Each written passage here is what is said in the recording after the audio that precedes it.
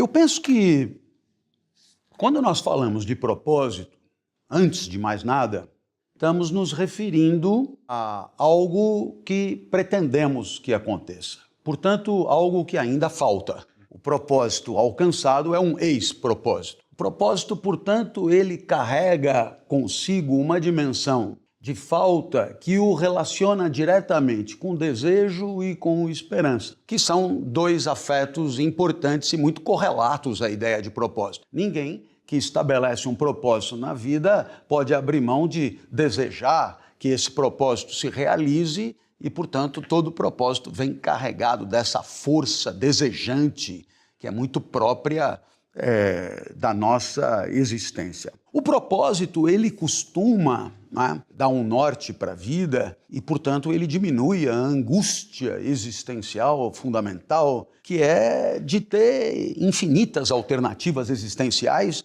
e ter que escolher uma. Já percebeu que a vida é uma e, por isso, ela exclui, naquele instante, todas as outras, que são, por definição, infinitas. O fato de nós estarmos aqui implica não estarmos alhures, e alhures aqui, com o infinito, com o universo tão grande, esse alhures não tem fim. E é claro que sempre haverá uma sensação esquisita de que a escolha não foi a melhor, de que não estaríamos vivendo essas tristezas da vida que escolhemos se tivéssemos escolhido outros caminhos, e naturalmente não estaríamos mesmo, estaríamos vivendo outras tristezas, mas essas não. Nunca experimentamos na carne as tristezas das vidas preteridas. Então, há sempre uma grande dificuldade existencial de assumir as rédeas da própria vida em meio à complexidade incrível que é essa tomada de posição, né? E por isso tendemos mesmo a tentar diminuir a angústia que esse cenário nos impõe, diminuindo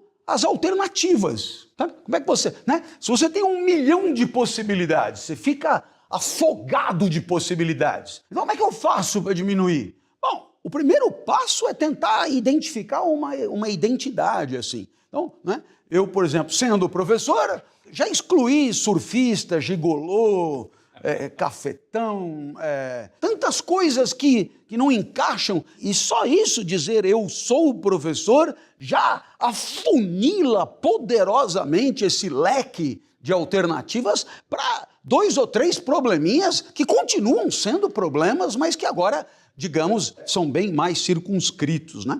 E um outro fator norteador e redutor dessa dificuldade, né, dessa angústia, é o propósito. Você define, olha, eu quero chegar lá, e isso faz com que a vida se torne um caminho. Ela nem sempre precisa ser entendida como um caminho, né? Mas é claro que se você define, eu quero chegar lá, é claro que do ponto A ao ponto B haverá alternativas de caminhos e você terá que identificar o melhor em função de valores que são os teus. E aí a vida se torna um caminho, e esse caminho ele é simplificador e, portanto, redutor da angústia. Se eu quero chegar lá, é claro que um caminho que me leva para lá é um caminho inadequado, né? Eu vou limitar as minhas escolhas àquilo que me permitirá chegar da maneira mais eficiente possível no propósito. Então, tanto a identidade pessoal, que é uma ilusão, uma convenção, eu não sou professor, eu não sou escravo da minha identidade, não é porque sempre fui uma coisa que tenho que ser, a cada segundo eu estou livre para poder seguir outros caminhos, eu não preciso continuar sendo o que eu sempre disse que fui.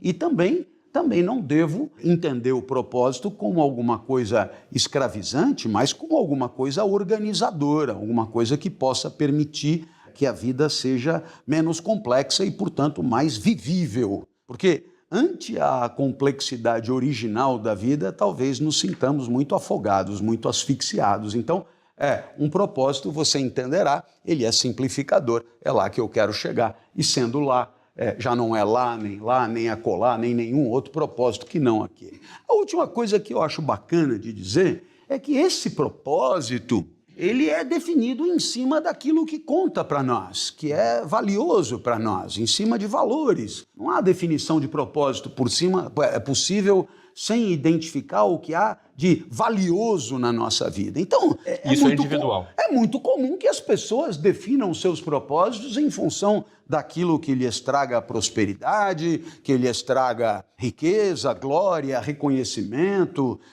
e tudo aquilo que costumeiramente, no senso comum, costuma ser vinculado a uma vida bem-sucedida. Mas nada impede que o propósito seja de outra natureza, como, por exemplo, um propósito à moda de Jesus, por exemplo, um propósito de amar, um propósito de entregar, de auxiliar, de tirar um sorriso de quem não teria sorrido, de proporcionar um instante de alegria que só você poderia ter dado causa, e aí o propósito é de outra natureza.